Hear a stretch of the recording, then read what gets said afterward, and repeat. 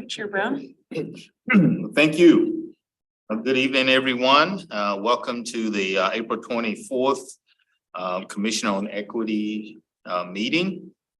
We'll open the meeting, of course, with the approval of the agenda of the previous minute and consent items. I'll entertain a motion to accept those. I still move. Second. It's been moved and properly second that we accept the meeting agenda, previous minutes and consent items. All in favor, say aye. Aye. Okay, opposed, same sign. Okay, it's adopted. Public comment. We have no one in person today. Do we have anyone on the phone? Sure, there is no one on the phone or on Zoom. Okay. We did receive 3 public comments since our last meeting. And hopefully you've had a chance to each read those public comments. Not they were a part of your packet. All right. Chair Brown, Yes. on the written public comments that we did receive, the question was asked in one of them. A comment made that they don't get a response from the commission when they send us letters, and there was a complaint about that. That and the fact that it wasn't recorded or whatever. Yes, and Shannon, I'll defer to you on that. What is the policy on public comments and responding to them, address them, that type of? Yeah, so commissioners, in the policies for the Commission on Equity, it states that public comment is the opportunity for members of the public to provide input on what they're seeing. It does not say that it is a dialogue or conversation. I do respond to everybody who sends an email with at least an acknowledgement that we have received their email and that it will be forwarded on to the Commission on Equity as part of their public comments for their next meeting. But per policy, it's again, just an opportunity for members of the public to provide their perspective. Thank you. And I would just comment for the public record that the dialogue that's been going back and forth over the last 2 meetings, I think for us, that public forum for the Black African-American community achieved what we set out to do, was to provide a safe, comfortable venue for members of the Black African-American community to give us their feedback, input. And we got some terrific information from that gathering of over 50 people. So just for the record, we accomplished what we set out to do. And, you know, the letter writing might not stop, but that'll be the end of my public comments on that. We achieved what we set out to do. Everyone was welcomed, no one excluded. And so just for the record, I stand by what I've said previously. Thank you. Thank you. But one of the public comments actually asked why we didn't record that meeting, actually. And Which is a great point, I think. yeah, Commissioner, I can certainly respond to that. So at the city, we do try to record all of our public meetings. So that includes our advisory board meetings like the one we are having tonight, as well as our city council meetings. Sometimes when we hold meetings though off sites, there can present logistical challenges with recording. We obviously have the technology set up here to make it fairly easy for us to do so. When we do host meetings off site, we do have to take into account, Wi-Fi connection, audio connections, video connections. So certainly in some circumstances, there just are some additional logistical challenges that having the public meetings recorded might not be as accessible as here in the council chambers. Okay, thank you. The next agenda item is the inspirational item by Commissioner Hart. And I don't see her being present this time. Okay. All right, did anyone have anything they wanted to share this time? Okay, No. all right, thank you. Then we'll move to our first business item, which is from our friend Jeanette, our recreation supervisor, Parks, Culture and Recreation Events, and she has an overview for us today. I do. Thank you guys for having me. I'm going to share the events that Lacey Parks does through the year. Kind of our big community events to give you an overview, like you say, of what Lacey Parks is offering. And as I laid it all out, I thought, well, we hit almost every month of the year. So in February, we start off with the Lacey Loves to Read program. We work with the library and the school district in a partnership and the chamber. And we bring in an author that comes and talks with the kids, does community presentations, signs books, gets everybody excited about reading and their work. And this group has been, I thought you guys might be interested in the range of different people that we've had come out. So we've really hit a lot of areas of the community with our different authors throughout the years. Then, hold on here. In March, we do, as you guys know, the Lacey Cultural Celebration, one of my favorite events that we do each year. And we've been hosting the event since 2011. And we took it over from the city of Olympia when they were having budget cuts and the event was in danger of going away. So we've been excited to keep that event going at St. Martin's here in Lacey. Our April event is the Lacey Family Fish-In. We had 500 kids come out and spend some time learning how to fish. They each got to take home their own rod and reel and any fish they caught, and the kids were super excited. And that is basically managed by a large group of volunteer fisher men and women who teach the kids all the stuff and help them out. And it's just a really fun day outside for the families. Lacey Spring Fun Fair is next up in May, and that we're celebrating 35 years of doing that event. And the city has been a part of the event since the beginning, but we took over the lead of the event.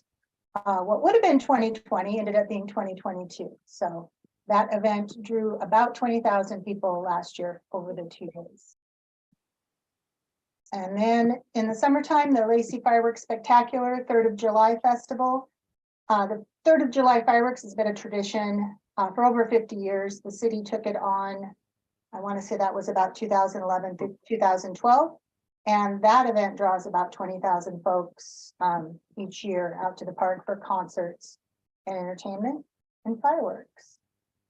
Then we have our summer concert series and entertainment. So Lacey in Tune, which next year is 25 years, I think. We have Tuesday night children's entertainment, Wednesday noon concerts, and then Friday nights we do a concert followed by a movie. And those are really well attended by the community. And then a new program we started a few years ago called Play in the Parks. And this is a traveling entertainment where we spend 6 weeks going to different parks, kind of trying to reach the smaller or the other areas outside of Huntermer Park and Rainier Vista, hitting some of the smaller parks with hands-on activities, music, animals, lots of cool different stuff. So these are what we have coming up this year for those 2 events. And I can certainly get you guys copies of these. But one is the Lacey in Tune, our series. We try to get a variety of different genres of performances and something that appeals to everyone. And then our Play in the Park series as well, trying to bring out different things. We have taiko drums, acrobats, performing dogs. That event is growing as we move through it. Lacey Children's Day is in October. A big community event over at Huntermer Park. It's free to attend, it's free to participate, and we have community groups that provide activities for the kids, businesses, nonprofits, whoever wants to come out and provide some sort of free activity for the kids. And then we have kids entertain, and it's a lot of fun. And it's a nice short event, 3 hours. And then we wrap up the year in December with our Lacey Lighted Vehicle Parade and our tree lighting at Huntermer Park. and that draws too many people to count in the dark. So we just year round, that's what we're doing. So I have a question for you. Yes. Each year, Santa Claus comes through my neighborhood with a fire truck and all that stuff. Yep. Is that a Lacey event? Is that the fire department specific? It's a little bit of a combination. The fire department heads that up. They schedule Santa and take care of that. And a few years ago, in the lighted parade, our public works staff created the reindeer truck, which is a really cool truck with the antlers and the big nose and everything. And once that was created, the fire department said, hey, we want this to come with us. So it has now become an actual City of Lacey partnership with the fire department for that. Okay. Thank you. I have a question. Mhm. Well, it's not a question. You said you could provide those collage posters to us. Yes. Yeah, I'd be interested in having some of those. The Black community is really growing around here and they're constantly asking what is there to do, especially as it relates to children activities. So I'd be very interested in a couple of those collage posters you seem to have shown.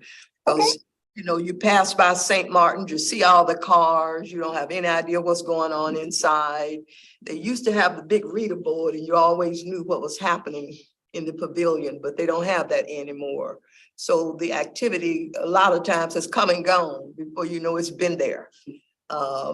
So to be able to help people see what's going on, especially some of the youth activities that need registration, need signups, they just don't know how to get involved with T-ball and youth football and youth soccer.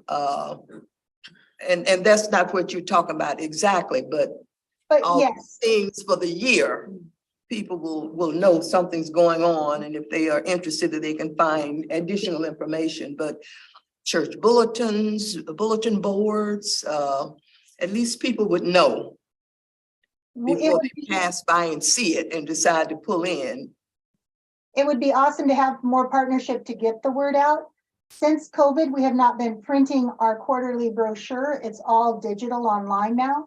So our promotional pieces, like I showed for events, we typically will do a poster or a promotional piece for those, and we can get copies out for that. But really the main way to find out everything is through the laceyparks.org website. But I'd be happy to get you stuff. And if we had contacts we could mail things to or email them to, we'd be happy to do that as well. And part of the problem with the website is that there are an awful lot of people that they don't access the website as their source of information.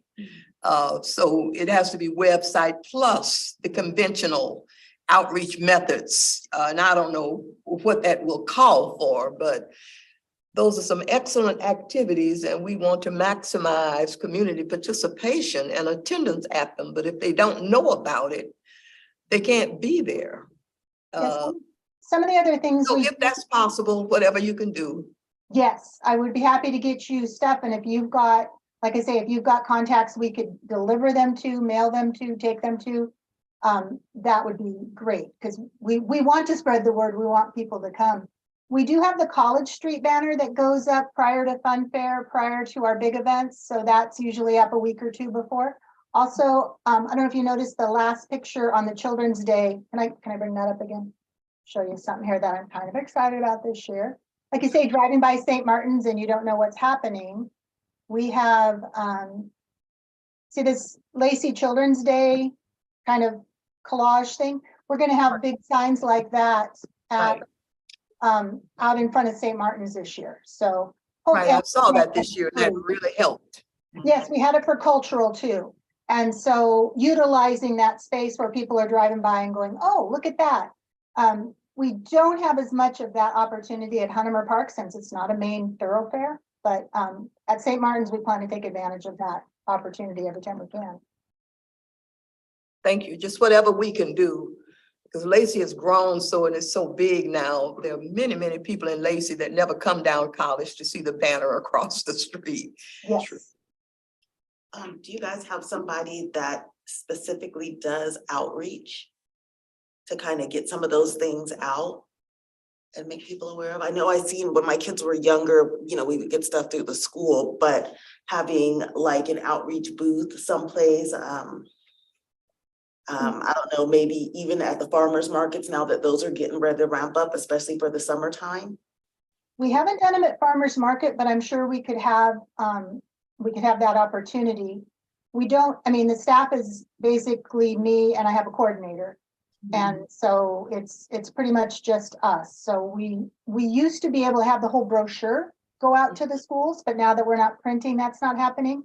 The schools have pushed us to Peach Jar, which for those that don't have kids in school, it's a place where you go to your kid's school's website and you look for flyers of stuff going on. It's not as user-friendly as having that kid take that booklet home or that flyer home. So we are looking for ways to get the word out to more people. I could probably maybe even help facilitate getting, well, I guess it would have to be flyers, but something at the farmer's market, because the market managers usually have community booths. That would be a good way to get community. That would be great. Yeah, Jeanette, I'm going to add real quick to that. One of the things that we have started, because Jeanette has a coordinator, but we have a halftime position we're looking at, and that whole part of that 50% is for marketing and some of that stuff. So we are looking at different avenues that we are able to market our programs, not just special events, but any of the youth programs or the cultural programs. We're actively trying, as we have a committee that's set aside that is solely based on working on marketing and getting the word out to all of the areas that we feel we're missing in the community. I talked about something last meeting to Jen, and that is in the parks to have a little signboard in each park that the Parks Department would have to go around and change it, you know, but a locked viewing screen of events, because we have a park every, you know, half a mile from everyone.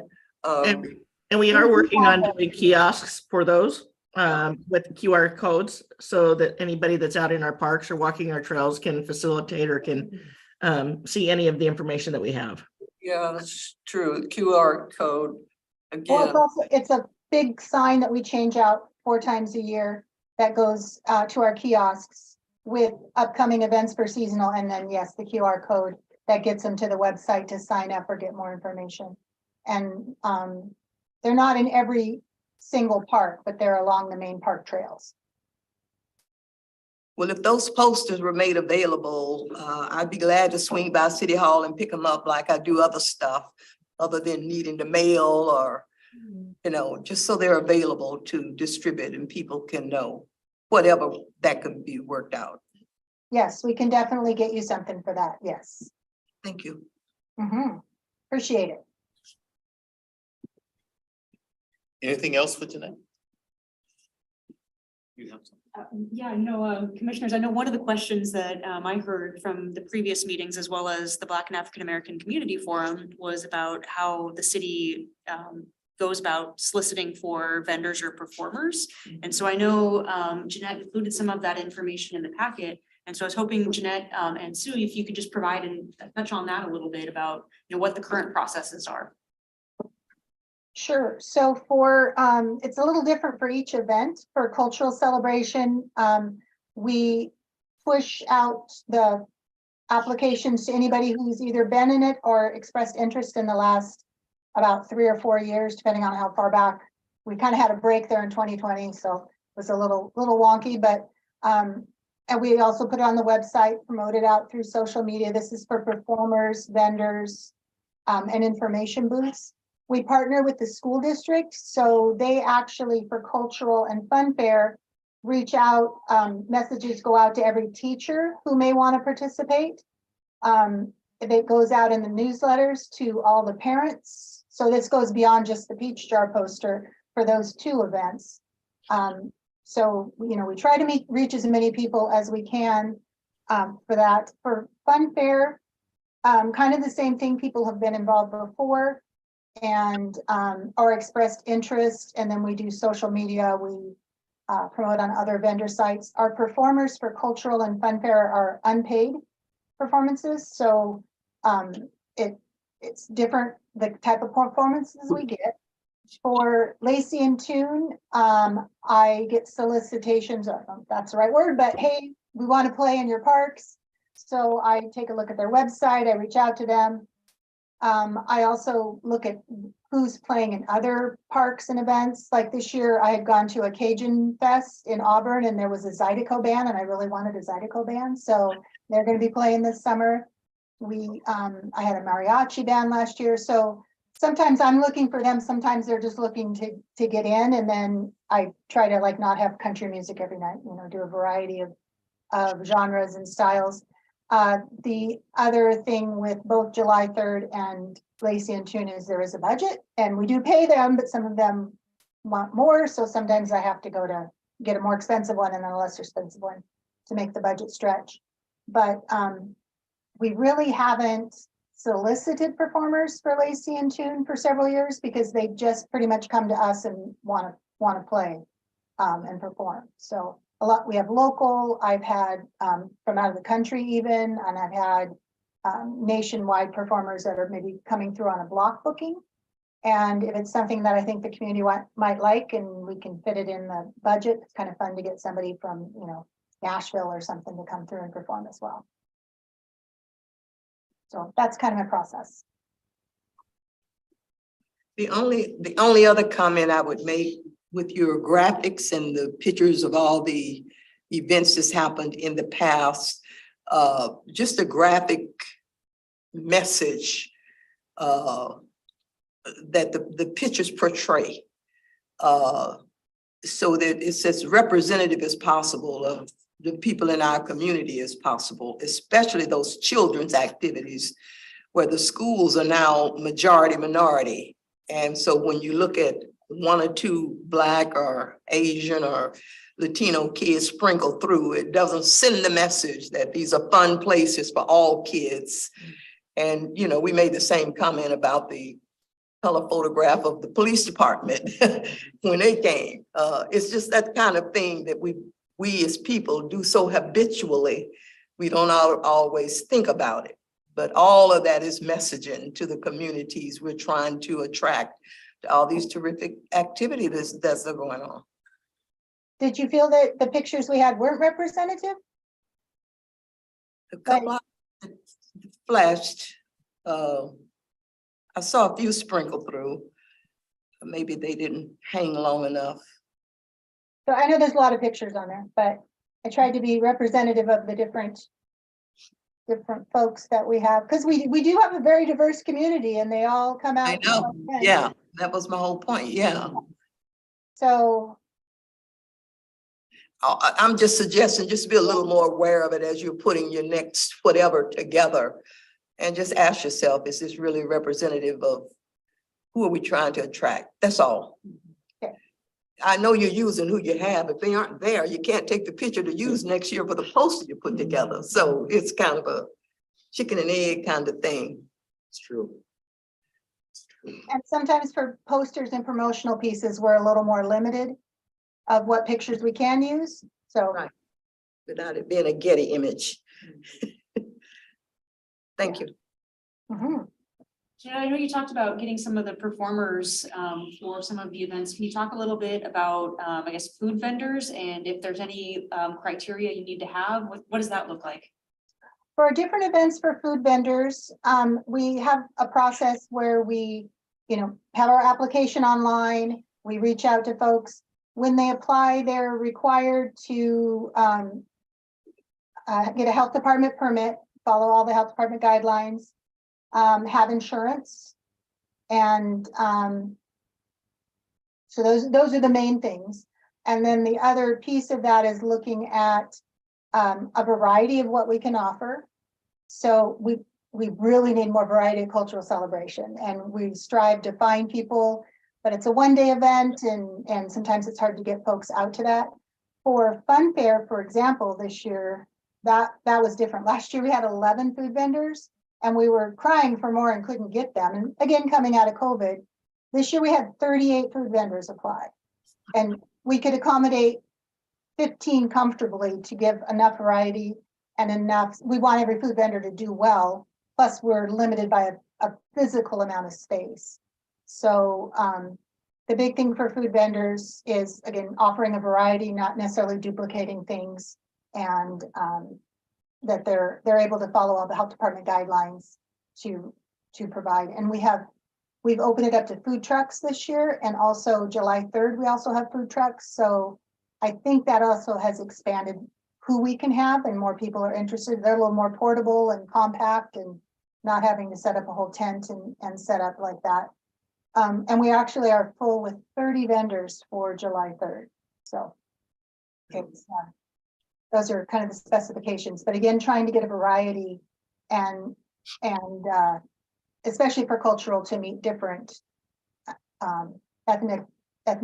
ethnical type foods, different tastes and that kind of thing. And it's kind of funny, I was looking at our fun fair list and it's like, gosh, these all people need to move to cultural celebration. We have Egg Roll Hut, which is at both, and Hawaiian cooking, and we have some really fun stuff. So fun fair is going to be very diverse as well. So I'm excited about that. Jeanette, if I was watching as a community member and I was really interested in participating in the next City of Lacey event, when would you be looking for somebody and what event is that? And I guess what does that process kind of look like on our end? The process, it would be to go to the city website or call Lacey Parks and Rec. Typically, I'm looking for food vendors and other type vendors at least 3 months out. We start looking before each event. And it's posted on our website. And again, just a phone call for a vendor who's interested in, say, cultural celebration. It won't be, we don't even have a date yet. We're waiting on St. Martin's, but it won't be probably until next March. If somebody's interested now and thinking, boy, I really want to bring my business to Fun Fair or cultural celebration next year, just call the city office and they'll connect you with me and we'll get you on a list. And as soon as the info is available, we can get it right out. What about your vendors, Jeanette, for the summer series? Do you have, I know you've had some food trucks. Would the possibility of that be? Actually, it is, we have just opened that up for Lacey and Tune series, and food vendors is the only type of vendors we have there. And they can pick Tuesday nights, Wednesday noons, or Fridays, or all of those. And registration is open now, but it's going to be really limited to just 2 to 3 meal type vendors and 2 to 3 snack type vendors. So that just, we feel like all those businesses, if we get too many, nobody will be successful. So we want to kind of exclusive. So that is also on the website, or they can call the Lacey Parks Department and connect with me. Pretty good. Any other questions? Anything else for Jeanette? I have one idea for event. I think we should have Lacey Loves to Dance, and then have, a couple really good bands every year, and just everybody in the world come out and dance. Well, they used to have a thing called Jazz Festival until a couple years ago, and that was jazz music, but a lot of folks traveled from all over the country to come dance at the Jazz Festival. Yeah.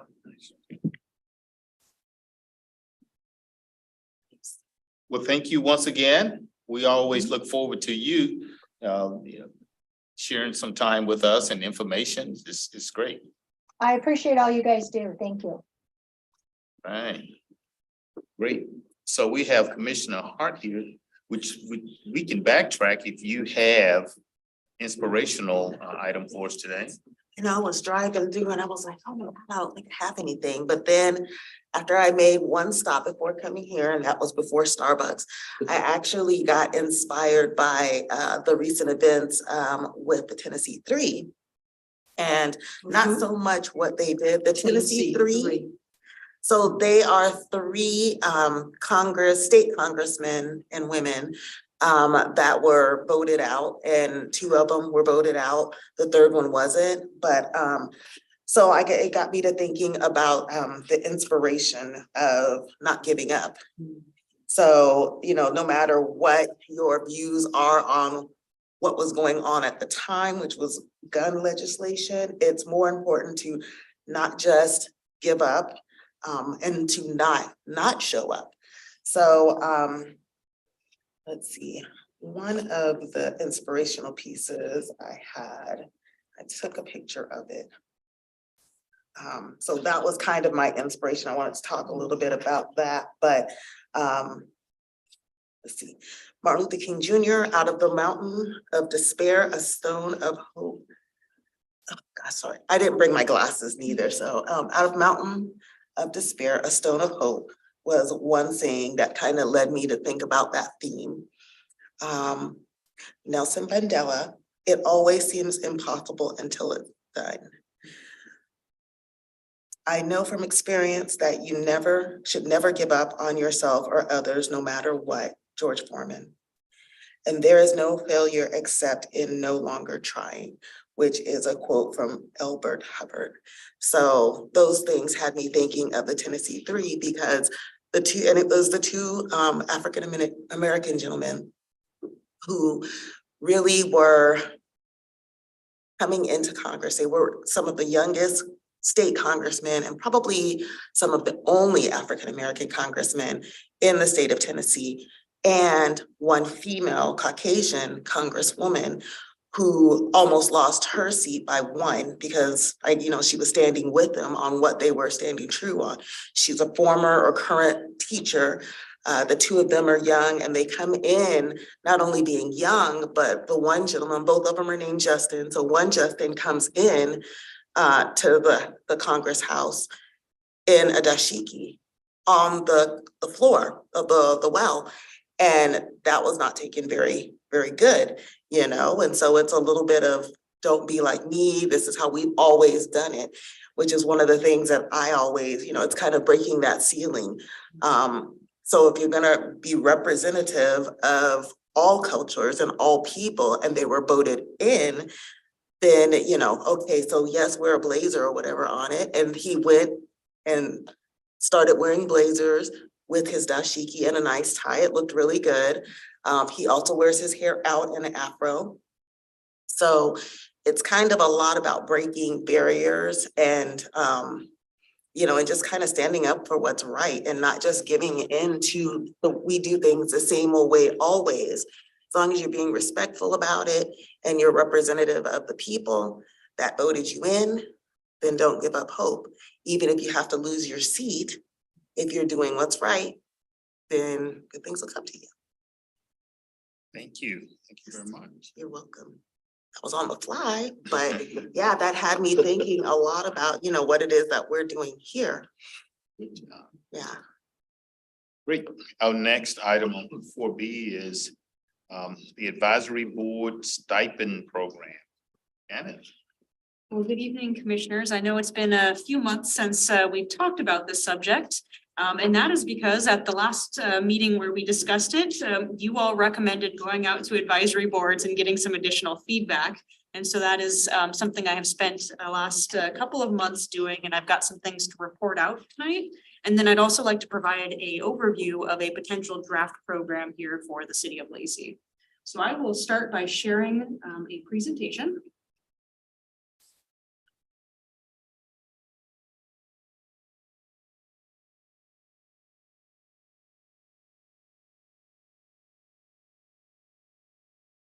Second time, there we go. I got it that time. So we'll go through all of this in more detail, but I just wanted to kind of talk through some of the key elements. And the first one is just kind of the recommendations. So last time we talked about this, it was just for an overview purpose to learn a little bit more about the subject and get familiar with what, advisory stipend programs look like. This time, what we're recommending is to review kind of the draft that we put together for a potential program here at the city of Lacey, and then eventually make a motion to move forward with this project if that is what the Commission on Equity wants to do. And we'd certainly have discussion over some of the elements. The fiscal impact hasn't really changed since the last time these numbers were provided to you. We still think to implement this program, it's gonna be around $15,000, $20,000 to $40,000, depending on the number of individuals who opt into the program, if it was to move forward, or the number of ad hoc advisory boards that the council creates for special purposes. Per year. Per year, yes, correct, yep, per year. And this is in alignment with our adopted work plan, specifically looking in Q1 through Q2 on researching and reviewing compensation opportunities for advisory board members, and specifically for Q2, creating a recommendation for the city council. Like I said, we reviewed this back in January, and since then I've gone to a number of places. So I went to the Planning Commission in February, the Parks, Culture and Recreation Board in March, the Historical Board in March, and then also the Lacey Youth Council in March, and received some feedback after discussing what a potential advisory program could look like. If you want a full review for anybody here or anybody who might be watching on what stipend programs are, I do recommend that you go back to the Commission on Equity's January 23rd meeting and take a look at the staff report entitled Advisory Board Compensation and Demographic Data. At this meeting, if you all recall, we went over, what exactly were the city's advisory boards, how they were structured, the types of meeting frequencies each one of them had, meeting durations. And this is including actual data that we've been collecting since 2022. And then we discussed kind of what other stipend programs look like, what some of the basic parts and elements of them are. And we really spent some time taking a look at the city of Olympia, Durham and Bend, Oregon, at what their programs were, just as a sample of some existing programs across the United States. So throughout my journey through other advisory boards, I did receive some feedback, and I want to go over each kind of point and kind of chat through what that looks like and what that could look like. So some of the feedback included, first and foremost, several advisory board members across the different advisory bodies, commented that they served on boards because they wanted to help the community, and that they weren't really looking for a stipend, to do what they do on advisory boards. There were also, though, several advisory board members who commented that programs like this could really lower barriers to participation, recognizing that they are on the board now, but, thinking about who might not be on the board because of, some impacts. And so they thought that this could be a program that would increase underrepresented or unheard voices in the community who might not be serving now based on some barriers. There were also some questions about collecting demographic data. So specifically, how would the city collect it and what would the city use it for? I think there were concerns really in having that information available for future decision making. And so something I just want to make expressly clear is that, and by future decision making, I mean, people who move forward in an advisory board, being recommended or appointed. But that's not what the city would use the information for. So it would be collected, and the person who is making the appointments would not have access to the demographic data. So that would be separate databases that could be looked at. So we would have the city manager's office who would be able to look at that demographic data and make some reports at a very aggregated level. So not looking specifically at singular individuals. And then ultimately, the mayor and the city council would be appointing individuals to advisory boards, just like you all were appointed to the Commission on Equity through that process, and they would not have access to that information. The demographic data would really allow us over time to take a look at kind of the impacts of this program and other types of programming that the city might be considering for increasing representation on its advisory boards or just engagement opportunities moving forward. Part of the question on demographic data also centered on that becoming a barrier also to participating for advisory boards.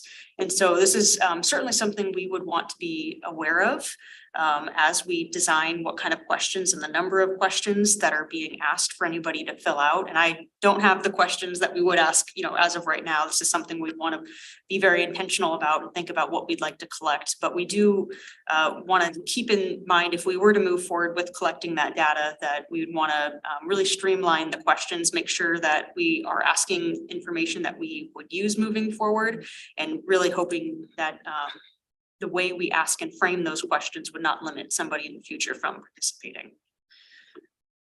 I'll pause here on these first 3 points, and I've got a couple more slides just like this, and I'll pause each one and see if there's any questions, comments, or concerns from the Commission on Equity.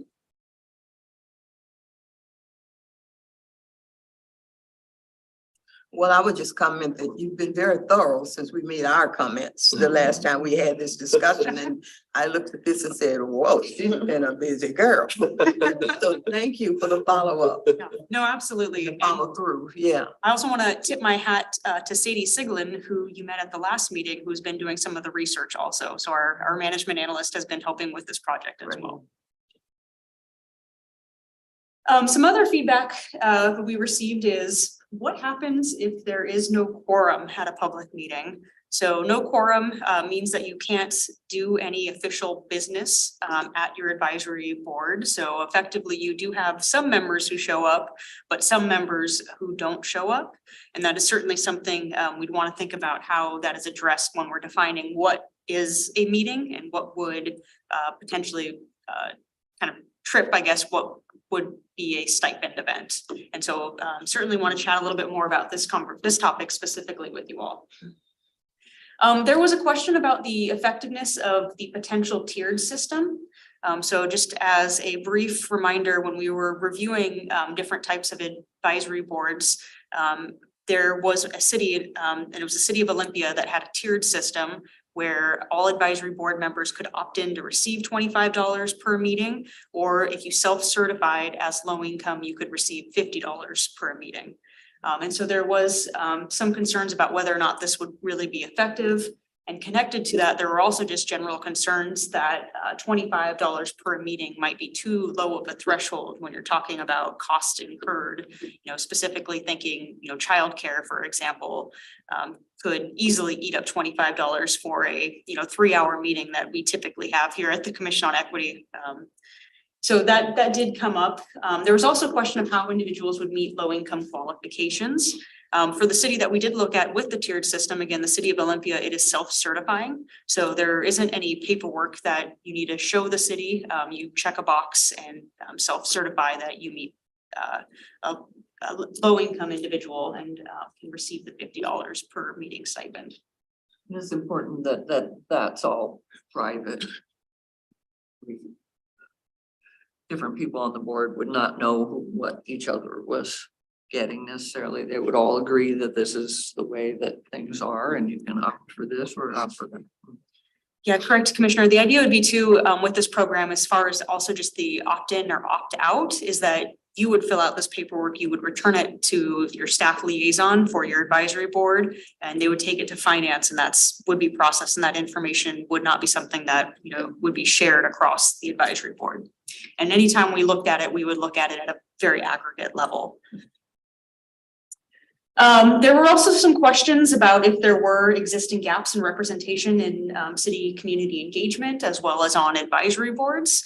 On the topic of advisory boards, part of the reason we'd want to collect, the demographic data too is to see, are we representative of the community? And then what kind of gaps might there be in additional engagement and outreach that needs to happen? One thing that we did discuss as part of this comment coming up is taking a look at survey data.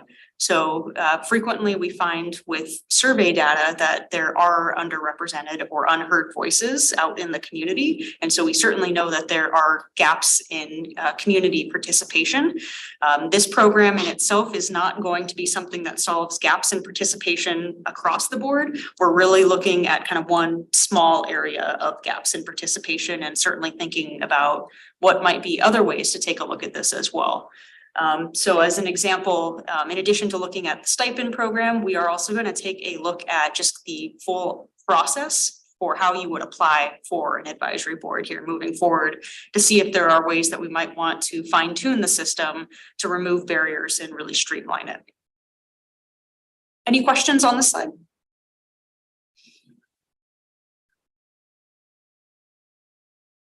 And, going to what I was just speaking to, there was a question about other efforts being performed by the city to increase representation and remove barriers to government participation.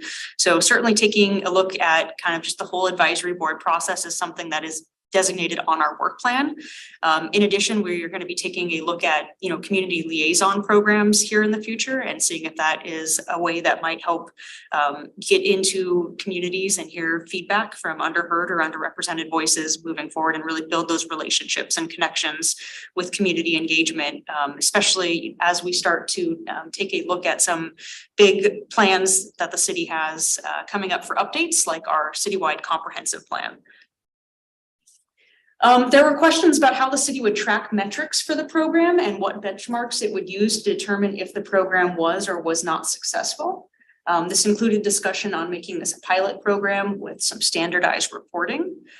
We would certainly want to, based on some of the questions we construct and also some of the gaps that we find, would want to create some benchmarks and tracking as part of this program. And as you'll see, we've built in a kind of standardized report out to the council as part of the proposed stipend program moving forward. And there were questions about how this program was going to be funded, and I do want to take a second just to talk a little bit about that in more detail. So if this was to move forward this year, and if just kind of in kind of full transparency, this program would likely start in probably a September timeline as we fine tune some of the internal elements. So we are thinking really about 3 months left of 2023 and then moving on to 2024. There is funds within the Commission on Equities, an equity effort line budget for the city, and that would come out of the general fund. And then moving forward for 2024, this would be something that we would advocate for inclusion in the 2024 budget so that there would be a specific set aside for the program moving forward. And that would also allow, should it move forward, the city council to kind of see where that program is, the community to also see where that program is, and for future city councils to determine whether or not they want to continue that program. And there were questions about if the program would apply to Lacey Youth Council members, particularly those serving on advisory boards as representatives, and how those receiving, if it was to be for Lacey Youth Council members, how it would impact their community service and volunteer hours. So as part of the Lacey Youth Council, you can get over 35 community hours based on your volunteering for the city. And that is all part of kind of requirements by the state to have a certain number of community hours before graduation. And also, I know, certainly some of the private schools have those community hours as well. Any questions about this information? Yeah, this was extended to the youth. Would that affect their community service hours? Because that technically is supposed to be volunteer and not paid. Yeah, and so certainly, Commissioner Hart, the way we have crafted the program, and we'll get to it in just a second, would be to extend it to Lacey Youth Council members. The way we're seeing it through, things like the Volunteer Protection Act, and because it's for costs incurred, right? They are still by federal and state laws, as long as you receive less than $500 volunteers. And so we would consider them volunteers. However, per North Thurston Public Schools and how they would handle those hours and whether or not they would say that that was not something that students could use as volunteer hours would be up to North Thurston Public Schools. I will say though, our youth council members in the past have been really phenomenal community members, and most of them already have their volunteer hours accomplished and done before they before they go to Lacey Youth Council and our Lacey Youth Council members. But we would certainly want to offer volunteer hours in addition to a stipend for our youth council members. Okay, got some good eggs out there. So I mentioned the Volunteer Protection Act, and I said last time that one of the things we wanted to take a kind of deeper dive into was the Volunteer Protection Act.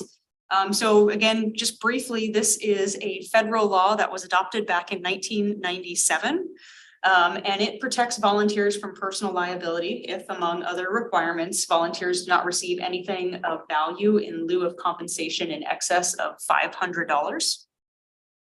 Offering more than this threshold would mean volunteers would not benefit from the VPA protections. And similarly, in Washington state laws and our RCWs is similar language about personal liability for volunteers and that $500 threshold. So we recommend moving forward with the maximum protection for volunteers and limiting stipends at $500 for our programs. This way, advisory board members would retain immunity for volunteer activities under federal and state law, provided other requirements are also met. So that takes us to our draft program. And so incorporating some of the feedback we heard from you all, as well as the other advisory boards, and then some of the additional research that we did, we are proposing to move forward with an advisory board stipend program. And the purpose really would be to offset incurred expenses for participating on city advisory boards. So for example, some that we've talked about: travel costs, internet costs, childcare costs, and really recognizing that these costs may present barriers to participation. It might not be a barrier for everyone, but it could be barriers for members of the community. Importantly, the stipend program would not be compensation or payment for services, but rather it is to cover incurred expenses for participating here on advisory boards. Advisory board members, importantly, would remain volunteers and would not become city employees by any measure. The program scope, this program would apply to the following city advisory boards. So what is now the Parks, Culture and Recreation Board, which is identified here as the Board of Park Commissioners. They changed their names a few months back, and I apologize for not catching that one before I put it up here. Civil Service Commission, Commission on Equity, Historical Commission, the Law Enforcement Officers and Firefighters Disability Board, the Library Board, the Planning Commission, the Youth Council, and the Lodging Tax Committee. In addition, it would apply to ad hoc advisory boards created by the Lacey City Council. And so last time we talked about this program, we talked about the city's work group on homelessness as an example. So these are, advisory boards that are set up for a very specific purpose, and they do not last permanently. They make recommendations and then effectively dissolve. Importantly, this program would not apply to Lacey City Council members or current city employees. And so there are some representatives on the above advisory boards that are city council members. So a couple of them call for city council member representation. And I see Commissioner Sauer, you have your hand raised. Oh, yeah, I was just wondering why is Lacey City Council members are excluded from here? Are they getting compensated somehow? Correct, Commissioner Sauer, they receive a compensation as a council member. Okay, thank you.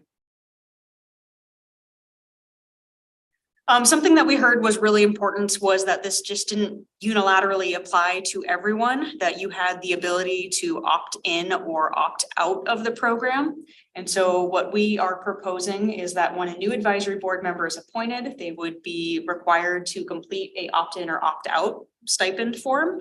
That would be the same for us starting the program as well. So everybody who is active currently on an advisory board would have to fill in that same opt-in or opt-out. And then on a yearly basis, at the beginning of the year, having to refill out this form to continue either your opt-in or opting out of the program. And then if we had a budget based kind of on how many board members and commission members there would be, and then if a whole lot of people opted out, then it would just go back into the general fund. Yeah. Correct. Yep. It would go back into the general fund. And then after, let's say this program was running for a couple of years, we'd be able to kind of make some assumptions moving forward about kind of what we think, the involvement in this program would look like for future years, and could certainly, make sure that that's reflected in the budget moving forward.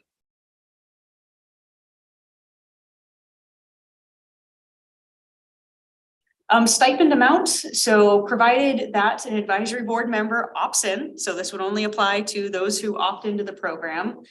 The first one would be that a stipend would be provided $50 per meeting per person, whether virtually or in person attended, not to exceed $500 annually, and this would run from January to December. So every calendar year, that $500 would start over. The second part of this would be a stipend for the Lacey Youth Council members at $25 per member per meeting attended, again, not to exceed that $50 threshold from January to December. And importantly, meetings include public meetings attended by Lacey Youth Council liaisons to other advisory boards. So for example, our representative would be receiving, a stipend for attending this meeting in addition to the Lacey Youth Council meetings that they would be attending. And this would be the same for our library board representatives, our Parks, Culture and Recreation Board, and our historical board representatives. So this is not the tiered, 2550. Correct. Correct. So under the proposed program, we're recommending just moving forward with the 50 for advisory board members who opt in, and then 25 for Lacey Youth Council members. Meetings. So the way we have kind of thought about this in the proposed program would be that it would include all regularly scheduled advisory board public meetings and joint public meetings between the advisory board and the city council. Something also want to include would be any joint meetings with other advisory boards as well. So anytime there is a public meeting that is being attended by the advisory board, it would be included as a meeting.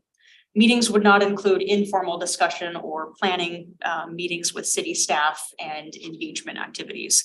Now, if the engagement activity is a public meeting, so for example, like our Black and African American Community Forum, that would be considered a meeting. If we were doing shifts at the cultural center celebration as an example, that would not be a meeting since there isn't a quorum and we're not discussing official business.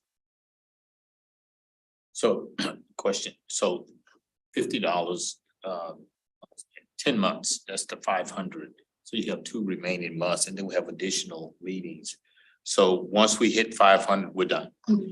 That is what's proposed under the program. Yep. On the topic of metrics and benchmarks, so we certainly would want to determine some reporting metrics and provide an annual review of the program as part of the budgeting process to the Lacey Youth Council. So again, making sure that we are reporting how those funds are being used and what, if any, impacts we are seeing moving forward with this type of program, or whether we need to evaluate the program. I do want to make a note of due to term lengths, so you all are serving, 4-year terms, and there are term limits for some boards, but for other boards, there are not term limits. So somebody could serve a number of consecutive years. Due to that, impacts of the program might not be discernible in a year, 2 years, but it could take some time to see impacts moving forward. As far as implementation, kind of internally, we'd be working with the city manager's office, the city clerk's office, advisory board staff liaison, and the finance department to establish a what we hope to be really efficient reporting mechanism for attendance at advisory board meetings, and being able to communicate across these departments and to finance so that eventually they can help do the final process so the stipends could be delivered to advisory board members. We would, as far as kind of the initial thought would be to have language in there that stipend programs would be given to advisory board members at least 2 times a year, but they could be given more frequently based on kind of how we work and fine tune the system with finance and our staff liaisons. That could eventually look like quarterly or monthly, but to start off as a foundation, at least 2 times, and see what kind of system we build as we create the inner minutia for the program. Budget impact, like I mentioned, we think 15, 20,000 to 40,000 to implement, but certainly something that we would be keeping an eye on over the course of the first couple of years of the program and making some educated changes as we move forward.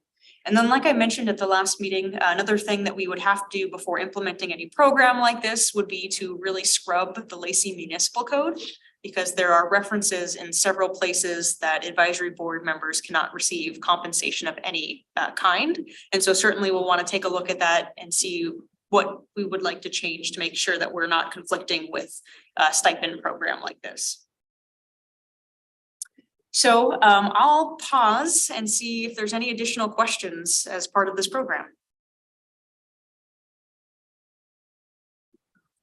So the honest recommendation I supported, but would we recommend monthly, quarterly, semi-annually? Would that be, do we need to be that specific, or we'll just count on finance and city departments to decide? What's most efficient? Yeah, Chair Brown, I would say give us some flexibility as we start this program, and that's where we put the language of at least two. If it turns out that it's something that we can do efficiently, you know, quarterly or monthly, I think that's certainly something we would take a look at. So overall, the other boards and commissions were supportive with a few questions about this. You know, I think, like I mentioned earlier, as part of some of the feedback we received, you know, there were some questions about some of the topics, and certainly there were, you know, people who expressed that this is not why I got into an advisory board. And then also, you know, some comments that were expressed of, well, if you're going to move forward, how make sure there's a good way to have metrics and implementation and benchmarks to check back to. So I think those were all important things. You know, I didn't ask necessarily for consensus across the board, Vice Chair Clay, but certainly, you know, heard a lot of feedback that this could be something that certainly removes barriers. Yeah. Anyone else? Commissioner Sauer, comments? I'm all good. Going with the flow. So then if it's appropriate, I'll entertain a motion to forward our recommendation for the adoption of this program to the city council.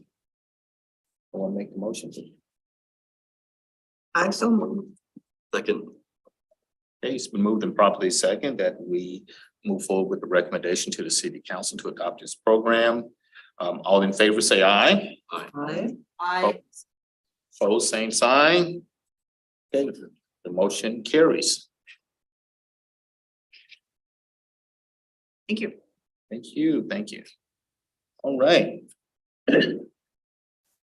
So the next item of business involves commissioner reports. And so the Juneteenth event, of course, we are having our meetings a couple of times a month, and we had one 2 weeks ago, I guess it was. And Commissioner Hart attended the meeting with me. She joined the planning committee. And so I'll just say a couple of things and I'll turn it over to her for any additions. So we're moving forward with the planning for the Juneteenth. As I mentioned last month, it's really being enhanced. It's evolving to be a really great event. Last year we made some subtle, some great changes by having speakers and information booths and the Barber College there and other things. This year that has grown. We'll have all three of the pavilions this year. Was it A, B, and C? And so that gives us more space to operate and to do things. And so with that, we've grown the event and added some things. We're gonna have a larger stage this year. We're gonna have a live band to actually perform. There's a local professional musician out of Seattle that has some relationship with one of the members of the Fred U. Harris Lodge. And so he has agreed to bring his full band. And he'll do 2 1-hour concerts during the event. We initially And he can come dance. right. Yes. Yeah, the River Ridge drill team was scheduled, but they have opted out. They will not be participating in this year's event. And we have, it'll be anywhere between 8 and 12 information booths this year. We're adding some variety.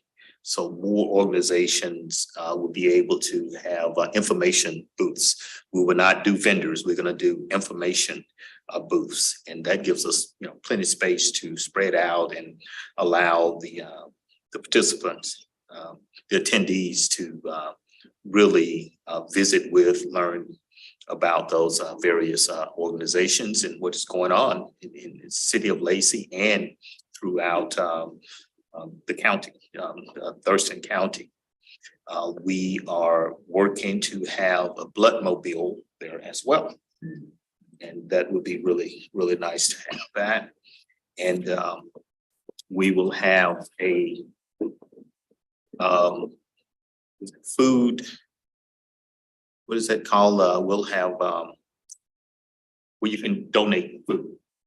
Food drive. Yeah. Food drive, right, for non-perishable and canned goods, those things. And so the organization will be there and will be able to receive, those items, and that'll be added to the marketing materials to make people aware that it's optional to do that. You don't have to provide a canned good to attend. So those are just some of the highlights. A speaker, we've invited Lieutenant General Brunson to be the keynote. He agreed to be the keynote. However, we did get some communications that his schedule may or may not allow him to attend. Right now, he's still scheduled, and as we get closer, we'll know if he will be, available to participate. And they've asked if we could provide some recommendations for a backup speaker. And so if you have some ideas, please let us know, and we'll share those names with the planning committee. So everyone's excited and moving forward with it. With that, Commissioner Hart, you have anything to add? I know in addition to the free, the vendors giving out free items, that the free resources was one of the things that we kind of wanted to maximize the effectiveness of all the individuals being there. So that's one thing that I'm kind of looking forward to as well. So yeah, being the new kid on the block in there, I'm excited to do more. Yeah. And they've, gonna make some other improvements on the actual flow of the, event this year, and they'll have 2 food lines this year as well, and they'll have an incorporated system to actually get a better count of the number of attendees. There'll be a ticket type of thing that they'll give, and you can drop it in. They can get a better count. It was kind of winging it in the past, taking best guess in it. So this time they're gonna get better feel for the actual number of attendees. So that is basically the Juneteenth event. Any How do they fund all that food? That's an amazing amount of food. that they- Well, in the past, they funded themselves through their own personal contributions, through fish fry events and other things. This year, they've applied for it and was approved for LTAC funds to fund the event. What kind of fun? The Lacey tax, what's the lodging? Lodging tax. Oh, lodging tax, okay. And so they will just submit receipts for expenditures for reimbursement, and then there'll be some personal contributions and other contributions, and at least one organization that I'm a member of has provided them with a sponsorship amount. And so that, with all those things, they'll be able to fully fund it and not have to come out of pocket, as they have in the past. So they're really excited about that, and it just helps them to do the things, at a high quality level, not having to forego some things because they don't have the funding. This is gonna really help them to really make it a quality event. Just looking forward to it. But they used to solicit food products and get commitments kind of all year long, like Okay. go to Fran's Bread and here come all the buns and the hot dogs, Yeah. or go to L&E Bottling and get cases of water and pop and, Yeah. get a commitment that kind of way. Yeah. And then they sold dinners, Saturday afternoon fish fries, and that was going into that Juneteenth fund. So it wasn't actual out of pocket for individuals, but they made it an organizational project. So come Juneteenth Day, all that stuff was free to the public, no tickets being sold, no raffles, no nothing. Just y'all come and, and there it was. But it was, Very generous. they worked it out after 40-some years of knowing what it would take and enough of a variety of food that no matter who came, somebody would find something they could eat and wouldn't be allergic to, vegetarians, whatever. But it's been amazing to watch it evolve all these years into what it was last year and to hear the description of what's coming next year. I was just talking to someone today, as a matter of fact, from Federal Way that's trying to get into their Juneteenth celebration. And say, I heard about the ones you all do in Lacey. I think, will it be okay if we come to observe how it's done? By all means, come on down. Yeah, So, Yes. the word is out. yes, that's amazing. That's really good. And it speaks volumes for the partnership between Fred U. Harris and the city of Lacey. It's a Fred U. Harris Juneteenth event. And the city of Lacey is partnering with them and supporting them. And both sides are excited about the event. It just really highlights, the city of Lacey. And actually for Thurston County, I have to say Thurston County because we do have the mayor of Tumwater scheduled to speak as well as our mayor. And so yes, the city of Olympia has been invited. I'm not sure if the mayor has confirmed yet, but it is a Thurston County event, not just a city of Lacey event. So it's good. Kim has her hand up. Yes, Commissioner Sauer? So, Chair Brown, I was gonna just ask you if you need, I know with Commissioner Hart, you need more help, I can volunteer to your committee. And of course, I'll be helping on the day like we did last year for the Equity Commission. But if you need additional help, I mean, I'll be happy to chip in somehow. So let me know, please. Yes, well, the planning committee, we're fine. We don't need additional help. But the day of event, and we will have a booth. And we're working out the details, but we're looking at sharing it with the city of Lacey again. And there may be an additional tent, with the police department having a tent, and maybe some other, departments may provide materials and work. So we really want them to know what services the city of Lacey offers. And so we're looking at expanding the type of information we'll have in the city of Lacey booth or booths. Yeah. That's good. And the date is June 19th. For sure, right? 17th. 17th, Saturday the 17th. 17th. Okay. And commissioners, I'll send out a email about signups for a variety of shifts here shortly, so you can take a look at it and see what might fit your schedules if you are able to attend. It's already on my calendar. For your extra name, the Joint Base Deputy Commander, Colonel Christopher Hall may be a good choice, perhaps. Maybe just in addition to General Bronson, then if he can't show, then you still have a member of JBLM command staff that's able to attend and be a speaker as well. All right. Thank you for that. All right. That's all I have. Any other questions, comments? Great.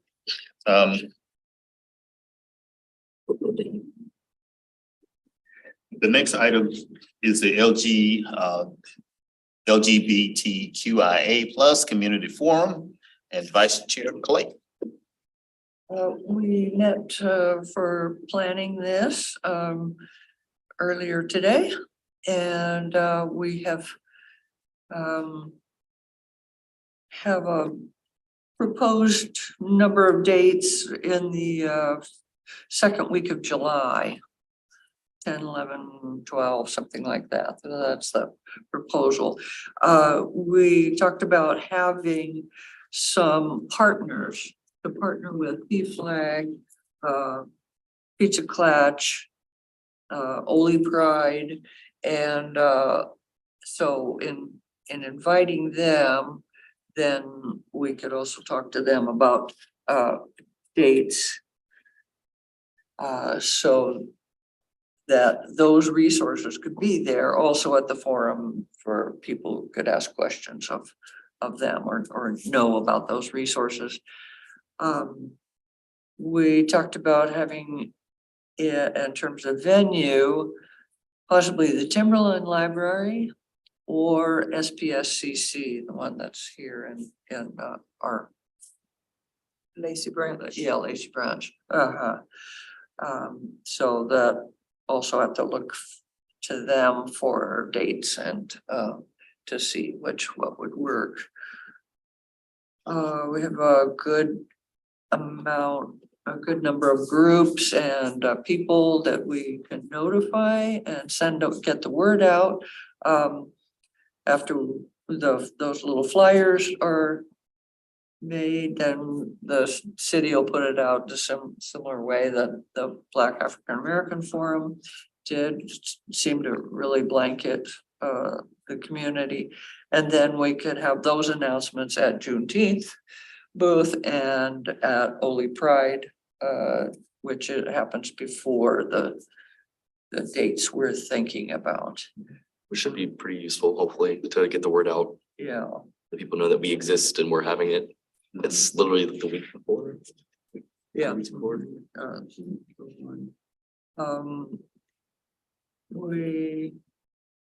So then we'll meet again about more of the structure of it and nailing down, well, we have our questions, but nailing down kind of the process and I will be talking about it. Do it just like we did the other one that worked really well, so. Yeah. We're hoping for. Have Fingers anything crossed. to add, John? If you guys have any ideas that we could entertain about other venues that we haven't considered, perhaps, we're open to suggestions. We were trying to rack our brains and we came up with a few, but if you have any suggestions, we're open to any and all of them. As Vice Chair Clay mentioned, we're still planning. Those are kind of the two that we think are most favorable of the ones that we suggested, but perhaps there's others that we hadn't considered, so. So I got my hand up because I wanted to say that Lacey's Makerspace is also a place that you might want to consider because we are thinking about, I don't know, that's one of the possible location for Asian/immigrant. Okay. Oh, wonder. So Commissioner Sauer, we'd certainly need to take a look at some of the timing at the makerspace. The makerspace, for those of you who might not be aware, is an innovation center located on the campus of St. Martin's. And they are going to be doing some construction at some point in the future and are already moving some things around. So we certainly want to take a look at what might be available when for any future meetings and what the timing of that is. Yeah. Okay, great. Yeah, makes sense. Anything else? Any questions, comments? Sounds like a good event and And then we'll need everybody to pass out those flyers and get a good attendance. Oh, and Olympia Pride also, I had already contacted them and they seem really excited for us to attend if we wanted to, whatever that looks like. Something similar to like the cultural celebration is kind of what I was envisioning. And they actually specifically mentioned that they didn't want somebody to just sit there at a booth and like hand out pieces of paper. And I'm like, well, it's great because we don't do that. We go and like ask questions and have conversations with people, which is what we do as a commission. So that's another opportunity for us to do that as well. I'd mention that as well. Great. And when will your meeting be held to talk about the format? Yeah. So Your next meeting. I want to be a part of that. Yeah, We haven't Um, nailed it down, but I would say maybe the beginning of right before next meeting. We want to get some answers back from the people we want to Venues and- partner with. yeah. Just let me know. I'd like to attend that. Okay. Talk about And maybe- the format. Yeah. maybe just before the end of the next commission meeting, if that's the case. But also there's a limit, I think, right, on how many commissioners we can have, Correct. lest we meet a quorum and have to Correct, correct. So quorum is 4. four. So less than 4 commissioners. All right. Very good. Anything else? That it? Thank you. Sounds like it's gonna be a good event. Right. Gonna fill up the room, right? Yeah. A couple hundred, we can have overflow? Huh? We're gonna Yeah, get all some right. lively people there. We were talking about dressing up the venue too, I just recalled that. Oh, okay, That'll be interesting. good. All right, do we have any other commissioner reports? No? Okay, then we'll move to the director's report. Great. Well, commissioners, I just wanted to follow up. There was a couple of questions that were asked at the last Commission on Equity meeting, just kind of broadly on, what we do with community forum feedback and community engagement feedback. And so I just wanted to kind of talk through some maybe short-term next steps based off of some of the feedback that we heard at the Black and African American Community Forum. And then also just to kind of talk about where you can access information on the previous community engagement events we've had, and then the forums that we've had and will have in the future. So I'm going to share my screen one more time. I just want to kind of go through a couple of items, and this was all outlined in the staff report that was provided at the last Commission on Equity meeting. And really, this just provides a high level overview.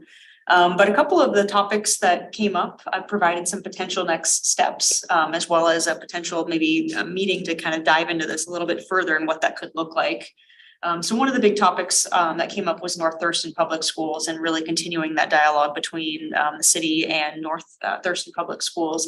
And I do want to mention that on May 16th, the Lacey City Council and the North Thurston Public School Board will be meeting in a joint meeting at the North Thurston Public Schools meeting space. And so certainly just wanted to highlight that as kind of the next conversation between the two bodies, and then looking to have future conversations, obviously, with, Dr. Sandiford in the future about equity efforts and other items. Parks, culture and recreation. So we talked, there were questions, if you all recall, about kind of our engagement and events. And so certainly wanted to provide an overview of our events and then talk about, programming and how the city gets vendors, performers, et cetera. And so that happened today. Certainly that doesn't mean that we can't have follow-up conversations in the future, but I wanted to make sure we got a broad background on what that looks like. And we're able to provide Jeanette and her team, some feedback. Also conversation about comprehensive plan. And so I know you all know that you've been involved in the Parks, Culture and Recreation Comprehensive Plan, and that will be coming back to you all for another round of review at the next Commission on Equity meeting. So on May 22nd, Jen Burbidge will be returning to walk through the draft plan and get any additional comments, questions, concerns, feedback that you all might have. Enhancing collaboration between government entities and other organizations. This came up quite a bit in different comments throughout the forum. And so just want to remind the commission that we have the Thurston County League of Women Voters event on April 26th. So this Wednesday in a couple of days, and we'll be chatting and having a discussion and dialogue with other government entities and representatives on their equity efforts. And so really maybe using that event as a kind of jumpstart to one of the things that we've been looking and talking about doing, and that is establishing regional meetings.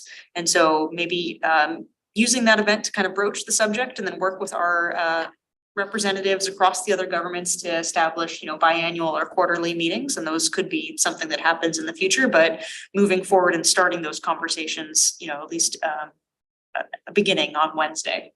Do we know what time that one is? That's where it is. I do know what time that is. And so that starts at 6 o'clock.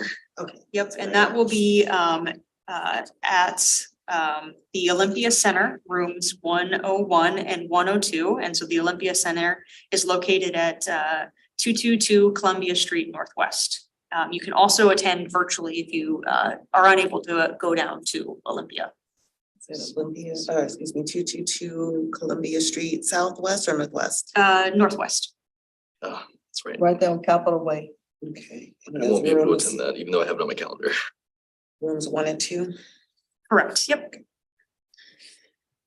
And then continuing to work on the CCA and using that really to increase outreach to community organizations. So we've heard a lot about some community organizations that would like to be included in future communications from the city and the commission. And so making sure that they are there and that we lean on that tool to help use it as one mechanism to continue to get the word out on engagement activities that we are doing across the city. The topic of comprehensive planning updates and engagement came up, and I know I talked about the parks plan. We are also going to be kicking off the city's comprehensive planning process here for their update. And so certainly the Community Economic and Development Department will be coming to the Commission on Equity for feedback and input. But also they will be, looking to do a lot of engagement in the community. And so we are hoping that we can take a look into programs like the Community Liaison Program and be able to use that when we start the comprehensive planning to get additional feedback from community members. So anticipate that there will be a lot of future conversations coming to the Commission on Equity about comprehensive planning. And just for background, this is the big plan that the city relies on. It's the 20-year plan of what we really want to have happen here in the city of Lacey. There was some discussion about creating a pedestrian-friendly town center. And so I think it'd be really good at a future date to bring in the Midtown plan and get some more information from our community and economic development team on what's going on currently and what they're looking to do in the future and be able to provide input into that process. So that's not scheduled yet, but I do have it, and we are looking for future dates with CED for them to come in and provide some more information. Signs and messages in the community also came up. And so we're going to have the community and economic development team come in on the May 22nd. So our next meeting to talk about sign code and provide an overview of kind of the rules and regulations that the city has to follow. And then also just to have a broad discussion on that with the Commission on Equity. Land acknowledgements, we are continuing to work on the land acknowledgement and land acknowledgement policy. And I'm hoping that by May we can bring back the draft and kind of get that again moving forward for the full City Lacey Council to consider. Homeless discussion. So looking to schedule a presentation in July or August with our our community and economic development team to provide a overview of kind of what we have been doing and what we are looking to do and what some of the big items going on in the community are, and just kind of dive into that. I know our interim city manager, Rick Walk, came a couple months ago and provided an overview, but just to kind of check in and have another discussion on those items. There was a lot of conversations about healthcare access. And so, we have meetings and focus groups and engagement events, and I think we should kind of take a consideration of having a future meeting and inviting our kind of county healthcare providers just to get some information kind of on what they're doing and to pass on some information from what we've heard at a future, focus group or engagement specifically for that purpose. And really also to learn too about maybe potentially some of kind of how their hiring policies and procedures go as well, because that was something else that was brought up as part of the forum. So employment inequities was brought up, and certainly something we'll want to continue to have conversations on and check-ins is what kind of our internal employment policies and procedures are. And I know Human Resources has come once to provide kind of an update on that, but looking in the future as we kind of have some more changes to programs and policies to get some additional updates on that. Improving communication access and knowledge of events and expanding communication efforts and creating more culturally relevant communications. Something that we do have coming later this year, hopefully, is going to be reviewing the language access plan. And so hopefully towards the end of this year, early next year, we'll be able to take a review and get some feedback on that and integrate some of the information, concerns, and perspectives that we heard, and then also continuing with our communications plan implementation. Enhancing information accessible at local chambers, commerce, and other resource centers. So again, kind of similar to our healthcare access provider, having a future meeting, whether it's a meeting or a focus group or engagement that specifically brings in our chambers and Thurston County EDC as an example to kind of learn more information about what's going on and also to pass on the information that we've heard, and also bringing in our city's economic development coordinator for just an update on kind of some of the activities that the city is involved in across the city with the chamber, with the EDC, et cetera. And then display diversity throughout the community. As we heard, Commissioner Jackson talking about representation, continuing to work on a lot of the elements in our art programs, but also thinking about our city communications. But we have the utility wrap program, which continues to move forward. We also have the oral history program, which is something that Erin Quinn Balcho is going to be showing up at the June 26th meeting to talk a little bit more about and get some perspective from the Commission on Equity on, and then also continuing the banner program. So I don't know how many of you all have been out on Marvin and Martin and Quinault Northeast lately, but the city did hang up banners up there. And this is something that hasn't been hung for quite some time, and we've kind of re-envisioned what's up there. And so if you haven't, I would say, please go take a look and give me some feedback on what you think. Our communications specialist, Donna Feliciano, put a lot of time and effort in that. And it's really to showcase all of the great things that you can do here in the city of Lacey. So What kind of banners? they are, so this is the part that kind of amazes me. So they are on light poles, Okay. and they are 10 feet tall. When you drive by them, you don't think they're 10 feet tall, but they are huge. But it just gives you some perspective on how big those light poles are. So they are over by the So Costco, Costco. Home And the Depot. military Okay. statue and all that. Yep, right? yep. Mhm. And so we hung, I believe it was close to 38 banners. And then we're hoping to get another 38. Yep, on the streets. Yep. So as you're driving through there, and we are really trying to target entrances to the city. So, we're trying to, again, showcase all of the great things that you can do here in the Lacey community. And so, like I said, we have future phases. And so we're going to be soliciting the community for some input here shortly to kind of see what they'd like to see on some of the banners to highlight what's going on. And then I also just wanted to remind the commission that, for the other previous engagement sessions we've had, we also put together kind of an overview of what we heard and broke it down into categories, and that can be viewed online. So you can pull up our community engagement sessions and online feedback all on one location. And so if we click on this, we'll open up opened up somewhere.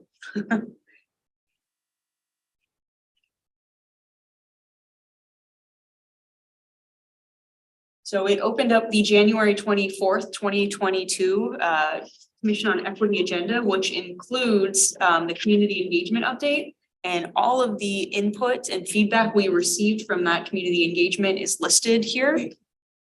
So if you want to take a look at that information, again, it is widely available for anybody to access. Members of the public can access this as well. And again, all of this online feedback we received is also available there. Great.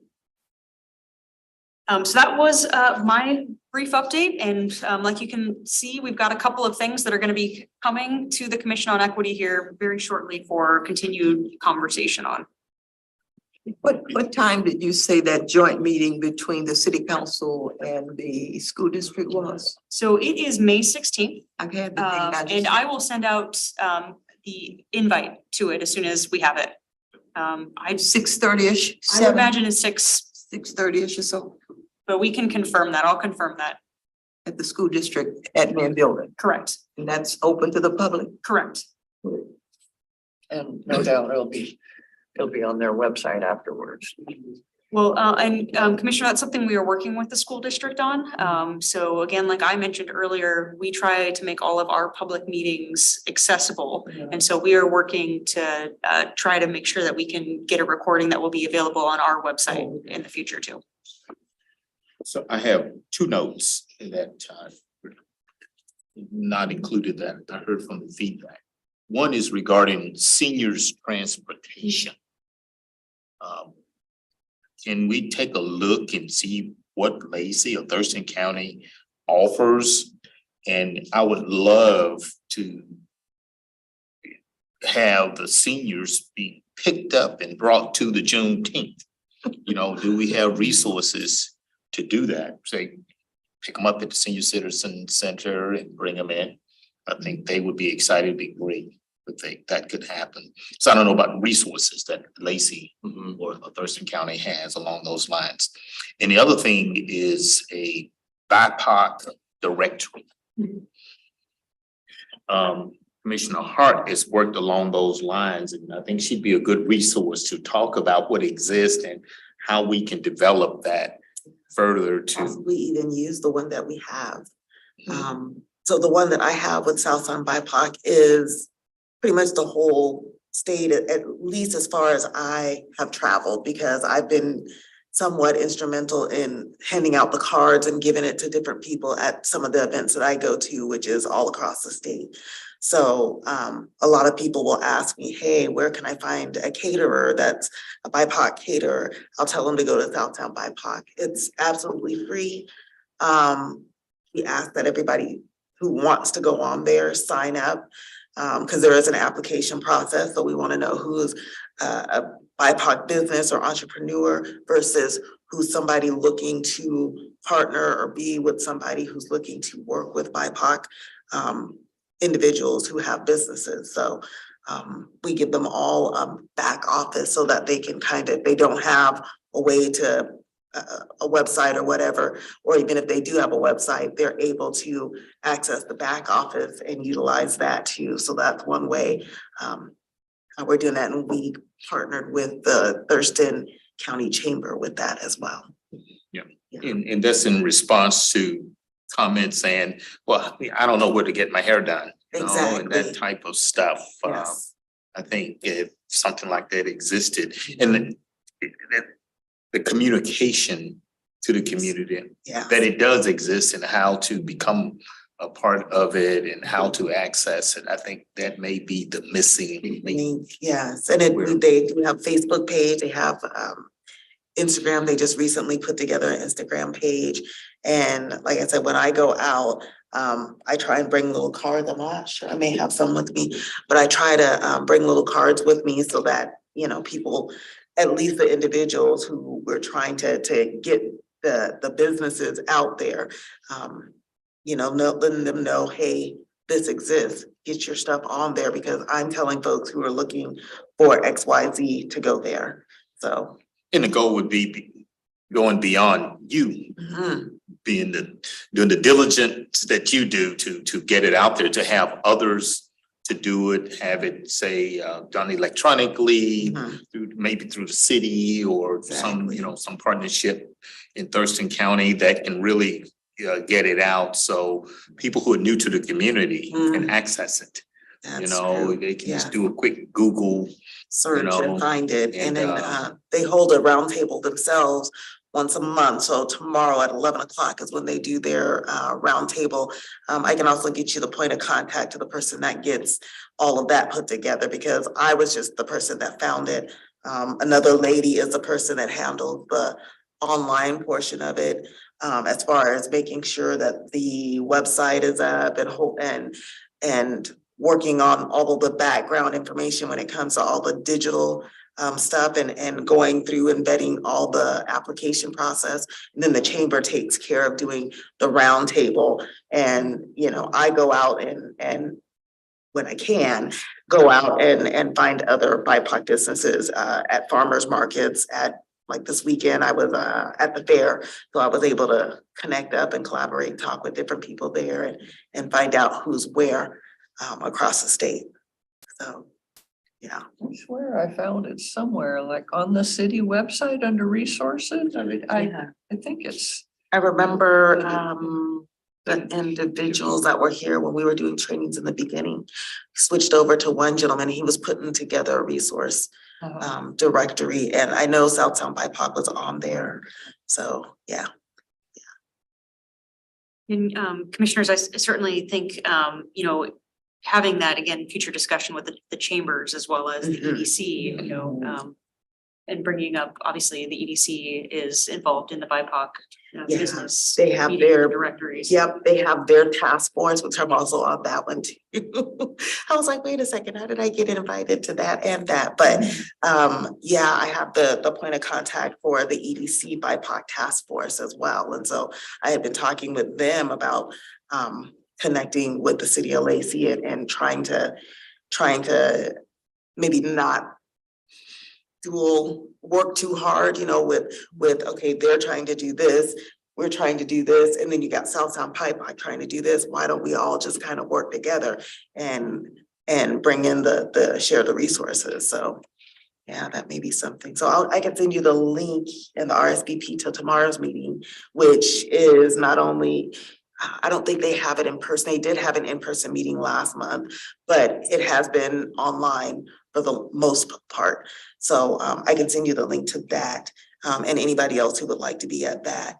And I'll let you know when the next one for the EDC is too, and I'll forward that as well.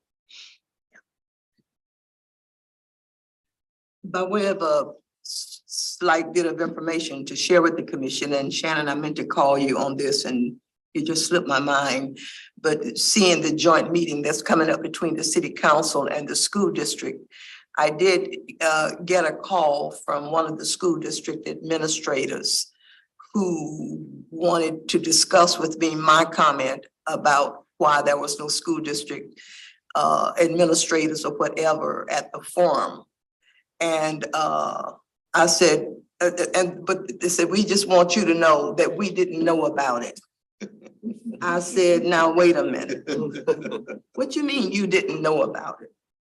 I said, with all the flyers that was out, press release, newspaper articles, Thurston Talks, the Joked.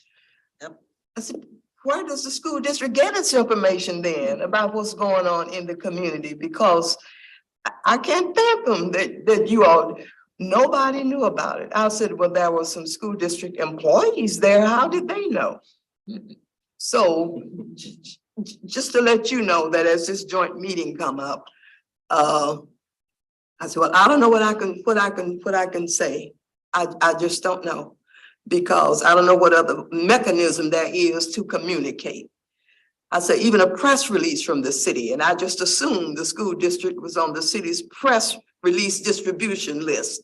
I said, so I don't know. I don't know what hole you all have your heads in, but the information was out there 6 weeks ahead of the date of that forum. So what can I say? And I left it like that. So that might come up, that they weren't, well, we just want you to know that we weren't there because we didn't know about it. So FYI, everybody. So they have a new communications director, just trying to get coffee and, you know, this kind of thing, but the ball's in their court. I mean, as these things come up, what are they reading? Who are they listening to? Because the word certainly got out. But they said nobody in the school district knew about it, and that's why none of them were there. Commissioner Jackson, we'll certainly, we'll check our press release, list, but, we'll also make sure that we send, Sure. a direct message to the communications, director for our future forums. Just FYI. Yeah. Anything else? Any other comments? Okay, Shannon, additional reports? You know, the only other item I've already touched on is that, again, we have the Thurston League of Women Voters Equity Commission panel on April 26th. And then we have our next Commission on Equity meeting on May 22nd, and we'll look to schedule a follow-up planning meeting for the LGBTQIA plus community forum around that time. But you did say somewhere around mid-July. Sometime. Yes, tenth to the 12th is somewhere we're looking at dates, which means that we probably want to have at least the time and place details worked out. Like you said, about 6 weeks before seems like plenty of time for most folks. Get the date on the calendar so they can attend, and then we can worry about spreading the word from there. All the other details. So probably, I guess, by our next meeting, we should hopefully have venue and dates, times No. nailed down or ironed down. Okay, That is it for me. wow. I don't know what to do, you know. Good meeting, Mr. Chair. I move adjournment before you think of Chris something. May, you have anything? This is the fastest meeting we've had since we've. I thought it was a time change and I'm like, oh, it's still light outside. Existence, I do want to point out that it's still an hour and 45 minutes, correct? We did our work. great. So, with that, I'll entertain a motion to adjourn. So move. Seconded. It's been moved and properly seconded that we adjourn at 7:16 PM. All in favor, say aye. Opposed, same sign. We are officially adjourned. Right. All this free Right. time. Good night. all this Thank you, free time. everyone. Good night. Or was there a note that everybody was supposed to there in person today? Why am I the only one here? You didn't get the memo, huh? I didn't get the memo. Gotta get her on the press release too. Surprise. Well, we welcome everybody here. See you all in May.